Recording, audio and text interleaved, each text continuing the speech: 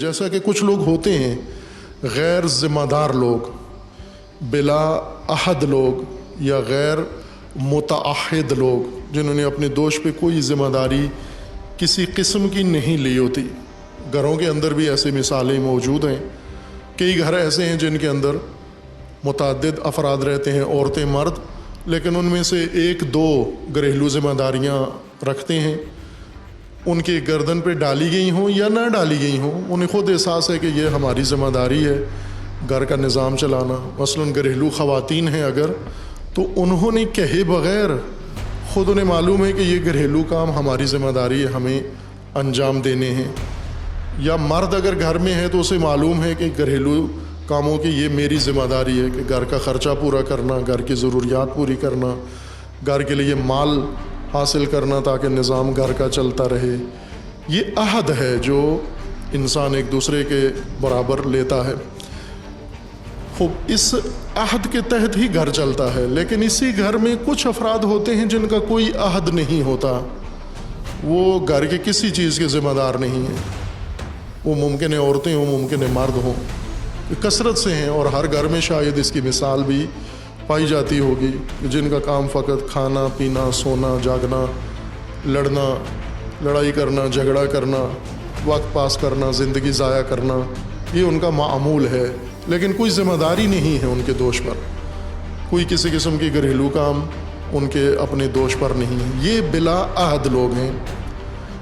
انہی کے بارے میں قرآن کا لہجہ بہت ہی سخت ہے، حتیٰ منافق اور کافر سے زیادہ سخت لہجہ قرآن کریم کا ان لوگوں کے بارے میں ہے جو ذمہ دار نہیں ہیں، غیر ذمہ دار لوگ ہیں۔ چونکہ انسان دین کو اگر دیکھیں تو دین تو سارا عہد ہی کا نام ہے، ذمہ داریوں کا نام ہے، اور مومن ذمہ دار انسان ہی کو کہتے ہیں، مسلمان ذمہ دار انسان کو کہتے ہیں، مکلف ذمہ دار کو کہتے ہیں جس کے دوش پر اللہ تعالیٰ نے ذمہ داریاں ڈال دی ہیں۔ اب وہ جب عاقل ہو جاتا ہے، جب بالغ ہو جاتا ہے، جب رشید ہو جاتا ہے، رشد تک پہنچتا ہے، سوجھ بوجھ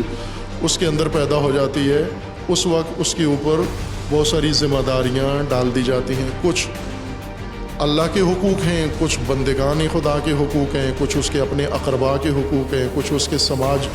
سوسائٹی کے حقوق ہیں، ذمہ داریاں ہیں جو اس کے گردن پہ ڈال دی جاتی ہیں۔ اگر ہم دین کو دیکھیں، دین سارا عہد کا نام ہے، لیکن دین سے ہٹ کر بھی اگر ہم دیکھیں تو بھی اجتماعی زندگی میں انسان اپنی معاشرتی زندگی میں اسی عہد کے نتیجے میں زندگی گزارتا ہے اور مفید ثابت ہوتا ہے۔ غیر ذمہ دار انسان، بلا عہد انسان، غیر متعہد انسان، یہی انسانی حیات کی سب سے بڑی دشواری و مشکل ہے۔ ہم جن چیزوں کو مشکلات سمجھتے ہیں ان سے بڑی مشکل یہ لوگ ہیں۔ ممکن ہے ہم مجرمین کو بڑا خطرناک انسان سمجھتے ہوں، ہم چوروں کو، ڈاکوؤں کو زیادہ معاشرے کے لیے خطرناک طبقہ و صنف گردانتے ہوں، لیکن حقیقت میں اگر قرآن کریم کا معیار دیکھیں تو قرآن کریم کے نزدیک ان مجرموں سے زیادہ خطرناک اور زیادہ مضر انسان یہ غیر ذمہ دار انسان ہے، یہ بے تعہد انسان ہے جس کے دوش پہ کوئی ذمہ داری نہیں ہے اور کوئی ذمہ داری اس نے لی نہیں ہے، یا لے کر اس نے نبھائی نہیں ہے، وفا نہیں کی، پوری نہیں کی، وہ عہد اس نے پورا نہیں کیا۔ قرآن کی نگاہ میں یہ سب سے زیادہ مضر انسان ہے۔ یہ کسی بھی معاشرے کی نابودی کا سبب بن جاتا ہے۔ آج اگر ہم اپنی معاشرتی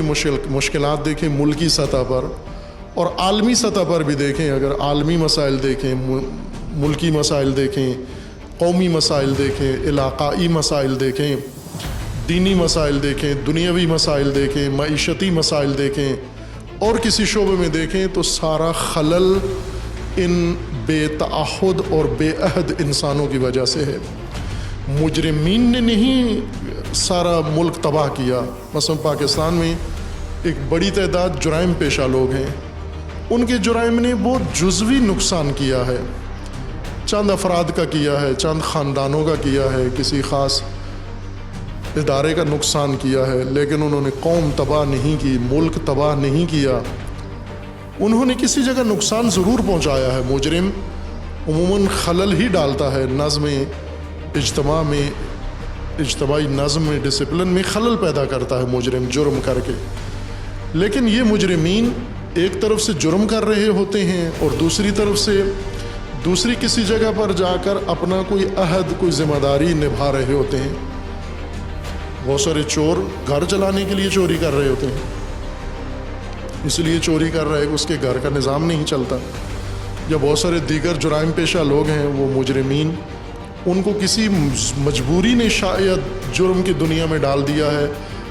یا نافہمی کی وجہ سے، نادانی کی وجہ سے، حماقت کی وجہ سے ضرورتوں کا راستہ جرائم میں تلاش کر لیا ہے، یا کسی کی صحبت کی وجہ سے، کسی کمپنی کی وجہ سے، کسی ساتھی کی وجہ سے، کسی دوست کی وجہ سے، کسی کی اتباع و تقلید کی وجہ سے جرم کی دنیا میں آ گیا ہے. یا پھر اس کے پاس کوئی اور چارہ ہی نہیں تھا سوائے جرم کے، وہ جرم کرے اور کوئی چارہ نہیں.